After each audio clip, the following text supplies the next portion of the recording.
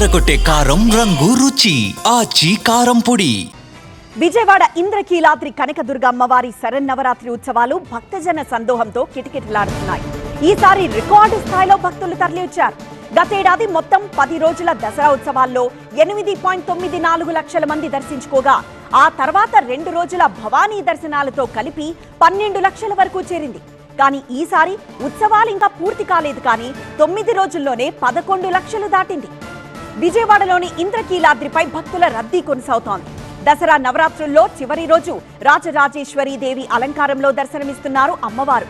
అర్ధరాత్రి 2 గంటల నుంచే దుర్గమ్మ దర్శనానికి భక్తులను అనుమతిస్తున్నారు. దసరా రద్దీ కారణంగా VIP దర్శనాలను రద్దు చేస్తున్నట్లు ప్రకటించారు దుర్గగుడి ఈవో. ఇంద్రకీలాద్రిపై దసరా ఉత్సవాల ముగింపులో భాగంగా విజయదశమి రోజున నిర్వహించే హంసవాహన తెప్పోత్సవం ఈ ఏడాది రద్దయింది. గతేడాది కూడా వరద ఉధృతి ఎక్కువగా ఉన్న కారణంగా నది ఒడ్డున దుర్గాఘాట్పై సిద్ధం చేసిన హంసవాహనంపై పూజా కార్యక్రమం మాత్రమే నిర్వహించారు.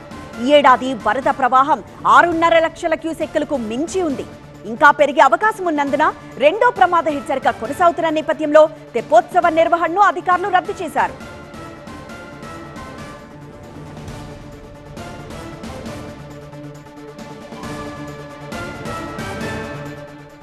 మరింత సమాచారాన్ని ఇంద్రకీలాద్రి నుంచి మా కరెస్పాండెంట్ క్రాంతి లైవ్ ద్వారా అందిస్తారు. క్రాంతి, ప్రస్తుతం ఇంద్రకీలాద్రి దగ్గర భక్తుల జనసందోహం ఎలా ఉంది?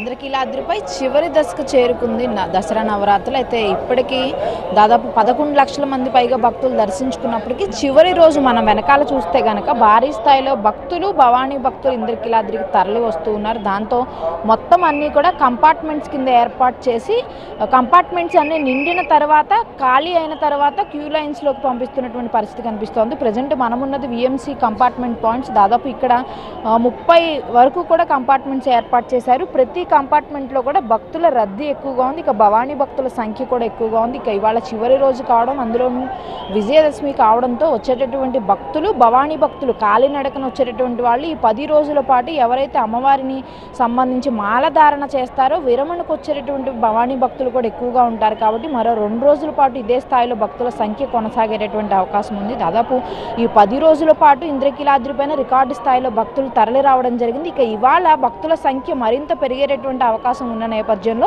VIP ప్రోటోకాల్ దర్శనాలన్నిటిని కూడా రద్దు చేశారు. మొత్తం అన్ని ఉచిత దర్శనాలు ఏర్పాటు చేశారు. వచ్చినటువంటి ప్రతి భక్తులకి కూడా 20 గ్రాముల ఉచిత లడ్డూ ప్రసాదాన్ని అందజేయనున్నారు అధికారులు. అండ్ అలాగే ఇవాళ చివరి రోజు మరి కాసేపట్లో అంటే 9:45 కల్లా పూర్ణాహుతితో ఇంద్రకీలాద్రి పైన ఏర్పాటు చేసినటువంటి దసరా ఉత్సవాలు ముగుస్తాయి. అయితే దసరా ఉత్సవాలు ముగిసినప్పటికీ కూడా మరో 2 రోజుల పాటు భవానీ భక్తులు, ఇతర భక్తుల రద్దీ ఎక్కువగా ఉంటుంది. కాబట్టి ఏర్పాట్లన్నీ అలాగే కొనసాగనున్నాయి. ప్రజెంట్ ఇప్పటి వరకు అయితే కనుక దాదాపు 50,000 మంది భక్తుల వరకు కూడా ఇంద్రకీలాద్రి పైన రాజరాజేశ్వరి దేవి అలంకారంలో ఉన్నటువంటి అమ్మవారిని భక్తులు దర్శించుకున్నటువంటి పరిస్థితి కనిపిస్తోంది. మనం కంపార్ట్మెంట్స్ ఇక్కడ వెనకాల చూస్తే కనుక దాదాపు అన్ని కంపార్ట్మెంట్స్ అన్ని కూడా ఫిల్ అయిపోయినటువంటి పరిస్థితి కనిపిస్తోంది. కొంతమంది భక్తులు ఉన్నారు, వాళ్ళతో మాట్లాడదాం. ఎక్కడి నుంచి వస్తున్నారు బాబా?